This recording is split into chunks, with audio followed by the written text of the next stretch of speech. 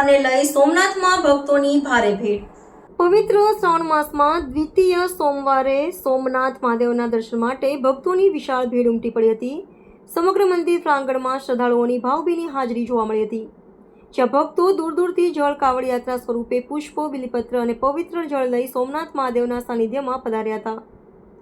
પહેલા શ્રાવણ સોમવારે મહાદેવને શ્વેત પુષ્પો તથા ગુલાબના હારથી શણગારવામાં આવ્યા હતા। સાથે જ વિવિધ બિલીપત્રો અને રંગબેરંગી પુષ્પોથી કરવામાં આવેલા અલૌકિક શ્રૃંગારના દર્શન ભક્તોએ ધન્યતા અનુભવ્યા હતા। આરતી દરમિયાન ભરૂચથી પગપાળા નર્મદા માતાનું પવિત્ર જળ લઈને યુવાનો મહાદેવના અભિષેક માટે પધાર્યા હતા। પવિત્ર નર્મદા જળથી મહાદેવનો અભિષેક કરી તેમણે આધ્યાત્મિક તૃપ્તિ અને ભક્તિની અનુભૂતિ કરી હતી।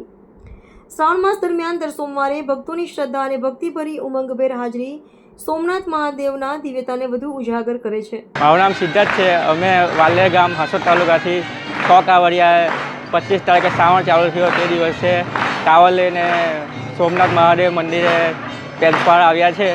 અમે શ્રાવણના બીજા સોમવારે સોમનાથ પહોંચ્યા છે અને અમને મહાઆરતીનો લાભ મળ્યો છે અને જળ મહાદેવને અર્પણ કરવાનો મોકો મળ્યો છે। આ અમારું ત્રીજું જ્યોતિર્લિંગ છે ચાલતા છે।